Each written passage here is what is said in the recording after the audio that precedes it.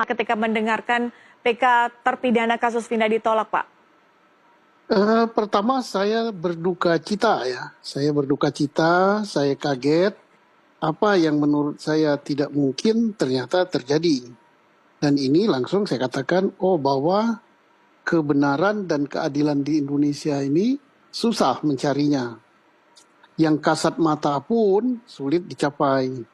Jadi pertama saya memberikan penghargaan pada penasihat hukum ya, yang telah bekerja tanpa pamrih, nggak dibayar, hilang waktu, hilang tenaga, hilang duit gitu. Tapi Allah yang akan balas. Amin. Yang kedua, saya menyoroti pertimbangan walaupun tidak seluruh karena belum dibacakan seluruh. Pertama ditolaknya itu karena tidak ada kekeliruan hakim. Ya kalau kita lihat dalam peradilan anaknya pun dia sudah keliru dalam menyidangkan. Satu.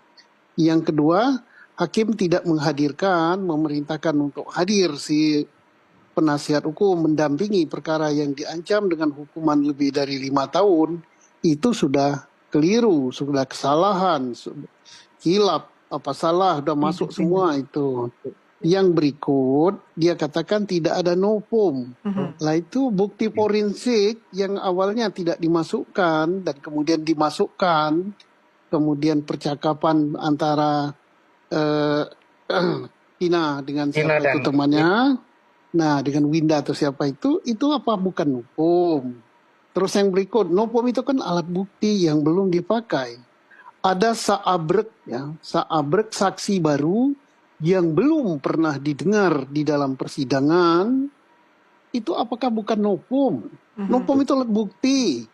Lah, tak perlu belajar hukum tinggi-tinggi sampai ke doktor gitu ya, sampai kemana-mana. Anak baru belajar S1 saja belum tamat sudah ngerti bahwa itu novum gitu. Pak Susno Duaji pun turut berduka cita ya. Jadi Pak Susno Duaji nggak cuma turut berduka cita, tapi Pak Susno Duaji juga berduka cita mendengar keputusan Mahkamah Agung yang menolak PK ke-7 terpidana. Dan tentunya Pak Susno Duaji sangat menyoroti sekali dari keputusan Mahkamah Agung. Ternyata masih aja nggak sesuai ya dengan apa yang diharapkan. Kemudian ya juga banyak kejanggalan-kejanggalan yang telah dibongkar, akan tetapi di situ yang kasat mata aja menurut Pak Susno itu masih tidak kelihatan atau emang gimana. Kemudian Pak Susno pun juga menyampaikan ya penghargaan kepada penasihat hukum yang telah memberikan waktunya, tenaganya, pikirannya, dan juga materi ya untuk membantu ke-7 terpidana kasus Vina Cirebon ini dengan tujuan supaya mendapatkan keadilan yang seadil-adilnya. Tapi apa daya, Mahkamah Agung memutuskan berbeda, tak sesuai dengan harapan Pak Susno dan juga tim penasihat hukum ke-7 terpidana.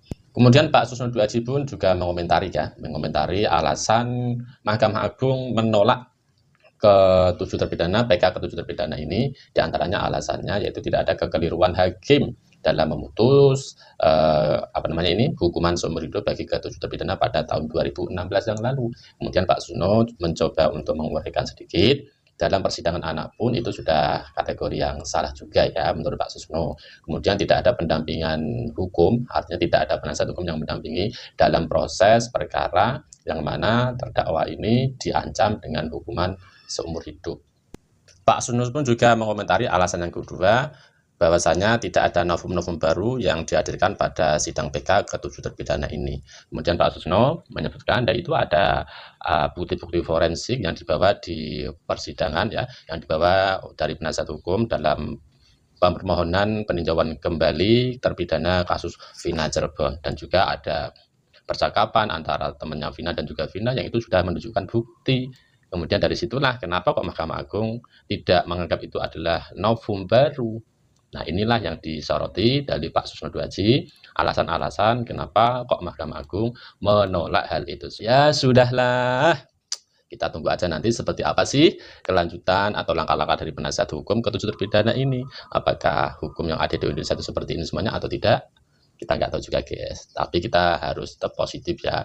Banyak yang pasti menetapkan hukum dengan seadil-adilnya, masih banyak. Kita percaya kepada penegak hukum yang ada di Indonesia ini. Mungkin ada beberapa yang mungkin tidak gimana gitu. Intinya kita mengharap juga ya, semoga untuk kasus Vina Cirebon ini ada keadilan untuk ketujuh terpidana. Meskipun saat ini belum, siapa tahu sebentar lagi akan mendapatkan keadilan yang seadil-adilnya.